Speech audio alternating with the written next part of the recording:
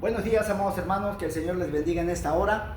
Vamos a comenzar con la enseñanza del día de hoy, sábado 20 de diciembre, ¿verdad? Del año 2025. Estamos a unos días de festejar el nacimiento de nuestro Señor Jesucristo. Quieran aceptarlo o no quieran aceptarlo. Los que quieran, festéjenlo de la mejor manera. Los que no quieran, pues es que de una u otra forma, pues también tiene que llevar a cabo el festejo. Desafortunadamente hay pastores que cierran los templos porque dicen, es que este día no nació el Salvador. Es el día, amados hermanos, que el sentimiento humano se viene un poquito abajo. Y ustedes, en lugar de que ese sentimiento por la fecha sea o no sea, ustedes van y cierran los templos. Un día se los van a cerrar y a ver qué van a hacer, a ver de qué van a vivir. Se explicó de acuerdo a las citas bíblicas, Ageo 2, 15 y 18, ¿verdad? Que la piedra angular del templo, que es esta tierra, ¿sí? Porque esta tierra es el templo del Señor. Dice, mi cabeza es el trono, y mis pies es mi estrado, ¿sí? La tierra es el estrado de los pies de nuestro Señor.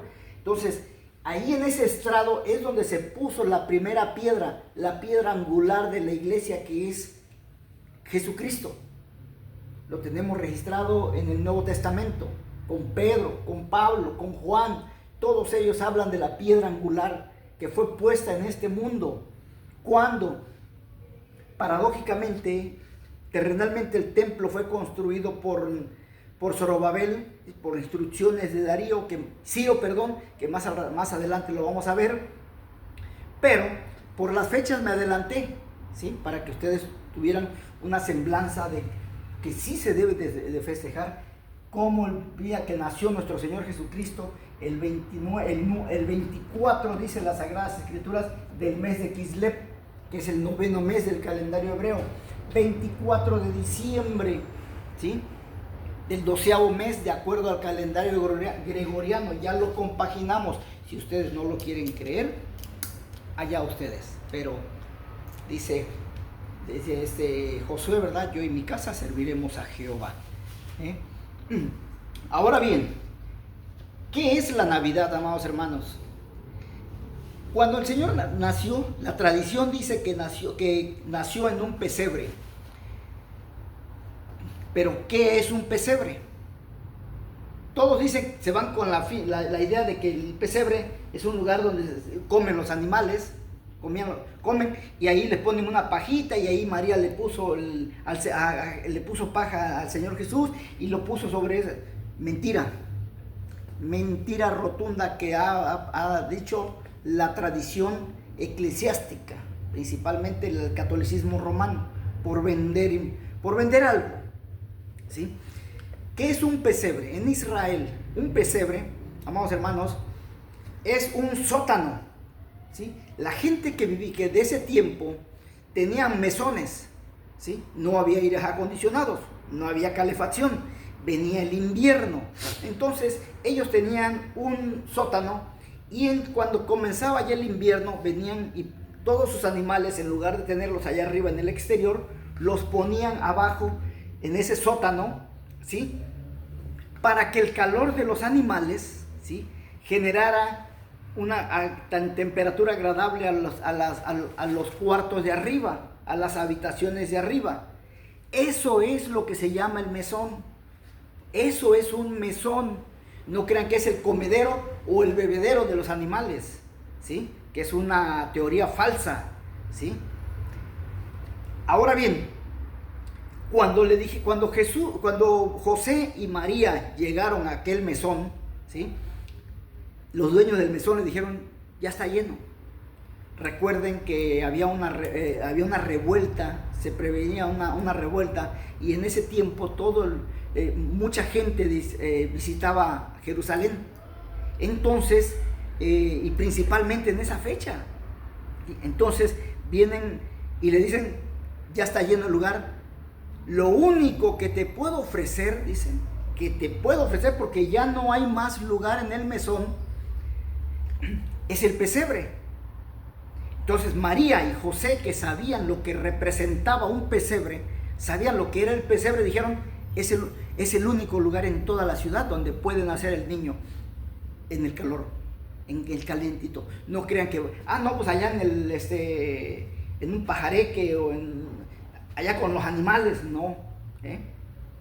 El pesebre era un sótano, y ahí fue que llegó María con José, y allí tuvo Jesús, en el pesebre, lo que es un sótano. Sí, los hombres los dueños traían a los animales ahí, y ahí fue donde nació el Salvador. Curiosamente, rodeado de animales.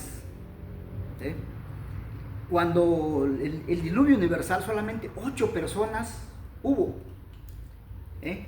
Solamente 8 personas se salvaron del diluvio universal: Noé, su esposa, sus 3 hijos y sus 3 esposas. O sea, 6 y 2, 8 personas. Y curiosamente, en el pesebre, en aquel pesebre, también hubo 8 personas, amados hermanos. 8 personas, ¿quiénes fueron? Los 3 magos que llegaron: María, José, el niño. 6 personas. 6 personas eran las que llegaron. Y los animales, rodeado con animales. Los judíos, ¿dónde estaban? Estaban haciendo su Salvador, su Redentor, no su Salvador, su Redentor, porque era el que los iba a redimir del pecado de Adán. Ellos lo sabían perfectamente, pero no estuvieron a las vivas, estuvieron pajareando, estuvieron allá haciendo otras actividades, pero no estuvieron al pendiente del nacimiento de su Salvador, de su Redentor, perdón. ¿Sí? Sin embargo, hubo un grupo de personas, que de ellos vamos a hablar el día de mañana más detalladamente, los tres magos que vinieron del oriente, ¿sí? Vamos a hablar de ellos, pero ahorita era importante hablar del pesebre. Ahora, que Cristo no nació el 25, es cierto, nació el 24, así que desechen esa idea. Ahora, hay algo muy interesante, porque dicen, es que el 25 se conmemora la fiesta al sol, la fiesta a Tamuz, que es una tradición satánica. Sí, hermanos, pero les invito para que chequen a partir de cuándo comenzó a llevarse esa fiesta pagana de Tamuz, esa fiesta pagana del sol. Se vino a hacer 300 años después de que Cristo nació, ¿sí? Para que vean que Satanás siempre pone trabas al camino del Señor. Y por eso es que a ustedes, incautos, torpes, tontos, porque no leen, no se documentan, ¿sí? Y dicen, es que no pudo haber nacido el día que se adoraba a Tamuz. A Tamuz no se adoraba en ese tiempo, ese día. Ese día fue llamado el Día de la Luz. ¿Saben por qué fue llamado el Día de la Luz?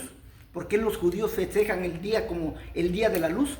Porque años antes, cuando apenas acababa de empezar como rey Herodes Antipas, el papá, el jefe, no Herodes el maloso que conocemos en la historia bíblica, sino Herodes Antipas, que incluso lo menciona en el Apocalipsis. Cuando él ya empieza a reinar, a gobernar en Judea, se acuerda del templo y manda a los sacerdotes macabeos, ¿sí?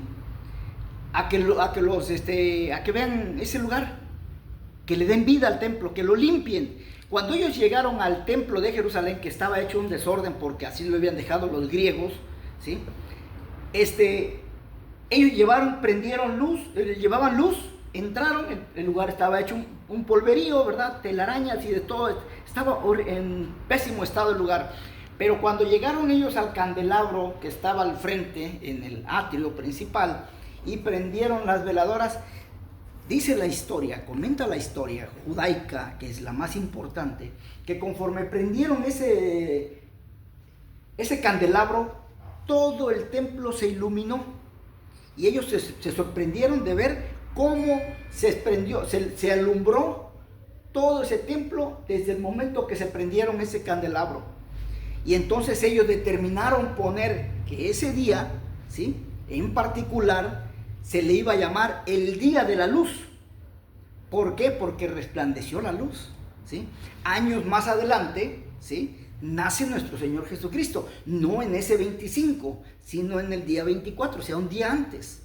Por eso se le considera, fíjese bien cómo se compaginan las cosas, a ese evento, esa fiesta que hicieron los judíos, porque su templo fue iluminado magistralmente el día 25 de diciembre, cuando nace nuestro Señor Jesucristo el 24, se le considera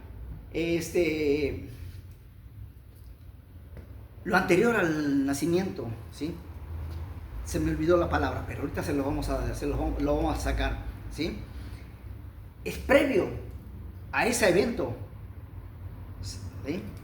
Entonces Jesucristo, amados hermanos, nace el 24, no nace el 25, pero la tradición judía tenía como evento principal el día 25 de diciembre, porque se había alumbrado el templo de una forma maravillosa, sorprendente, ¿sí?